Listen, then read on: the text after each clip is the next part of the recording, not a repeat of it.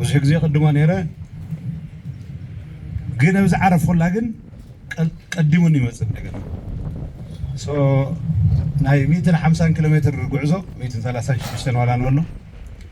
136 ቦታ ንዓረፈ ግን ድማ ብዝኾነ ይኹን መንገዲ ካብ መንገዲ ዘይውክር ኣብ መጨረሻ ኣብ ምብፃሕ ሽግር ዘይብሉ መንእሰይ እዩ ኳዕ እነ ልኣዛር ዝሓዝዎ መድረክ ኾነ መልእኽተይ ኣብ ናይ ልኣዛር ትኹረት ዝገበረ ይኮን ታሪክ ህዝቢ ትግራይ ዓብይ ታሪክ እዩ ንኮርዐሉ ንሕበነሉ ታሪክ ሃፀይ ዮሃንስ ፍልይ ብዝበለ መንገዲ ዕብይ ዝበለ ሕልሚ ዕብይ ዝበለ ዕላማ ሒዝኻ ናይ ምንቅስቃስ ንኡ ክትብል ድማ ክሳብ መጨረሻ መስዋዕትነት ናይ ምኽፋል ዓብይ ትርጉም ዘርእየና ታሪክ እዩ ስብሉና ክንኮርዐሉ ክንሕበነሉ ዝግባእ ታሪክ እዩ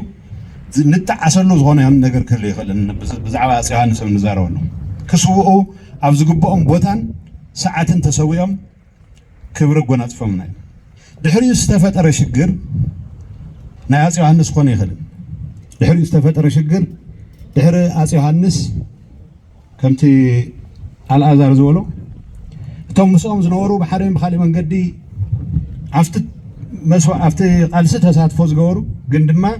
ኩሉ ዓቕሞም ተጠቂሞም ክንዲ ምንቅስቃስ ነንሕድሕዶም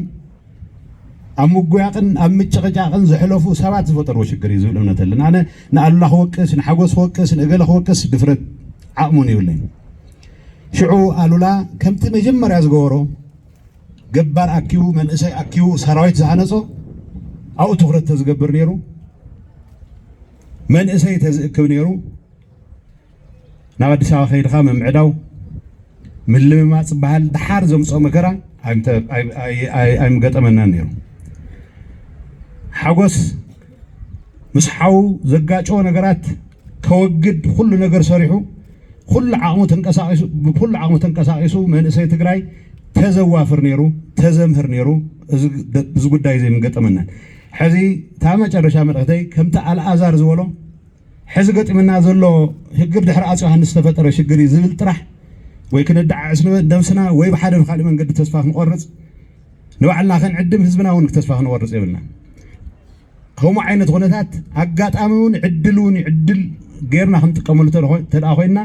ኣብዚ ሕዚ ሰዓት ልዕሊ 70% ዝኾነ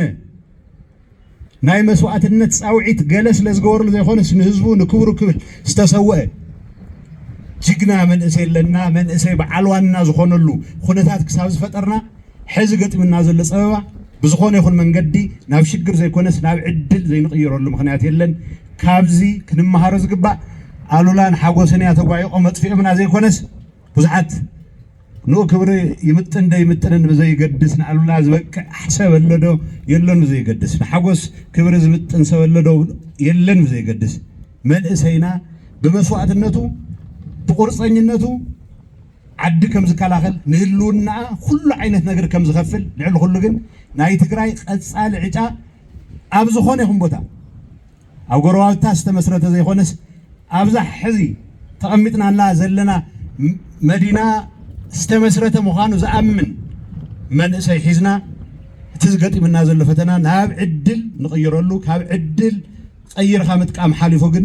ዓበይቲ ዓወታት ነመዝግበሉ ከም ዝኸውን እምነት ኣለኒ ነልኣዛር ዝጀመርኩሞ ቀፅልሉ መፅባዕ ከኣተ ይደልን ከምቲ ዝበልካዮም ብዛዕባ ሃፀይ ዮሃንስ ትዘረብ ኣብ ሓደ ኣጋጣሚ ሓደ ዓብይ ናይ እስልምና መራሒ ትፈልጥዎም ኢኹም እንታይ ይብሉ ሰብ ዝግብኦ ሰብ ይትኸልኦን ኢሎም ዝግብኦ ሰብ ረመዳን እውን ስለዝኾነ ረመዳን ከሪም ክብሎም ይደሊ በዚ ኣጋጣሚ እዚ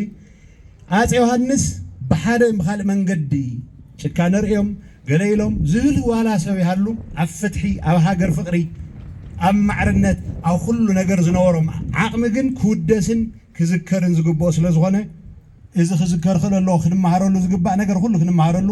ንኦም ዘዘክር ኩሉ ዓይነት ነገራት ክንሰርሕ ቤተ መፅሓፍትስ መዘከርታታትስ ኩሎም ዓይነት ነገራት ክንሰርሕ ክንረባረብ ኣለና በዚ ኣጋጣሚ እዚ መፅባዕ ይኹም ዝኣቱ ዘለኹ ዘጋጭ የብልና ንምንታይ ክፀንሕ ከም ዝግብኦን ይፍለጥን ብቤተ መፅሓፍቲ ጀምሩ በቲ ንቕፅሎ ክንቅፅለሉ ኢና ክብርን ሞገስን ኩሎም ሰማዕታትና ይቐኒየለይ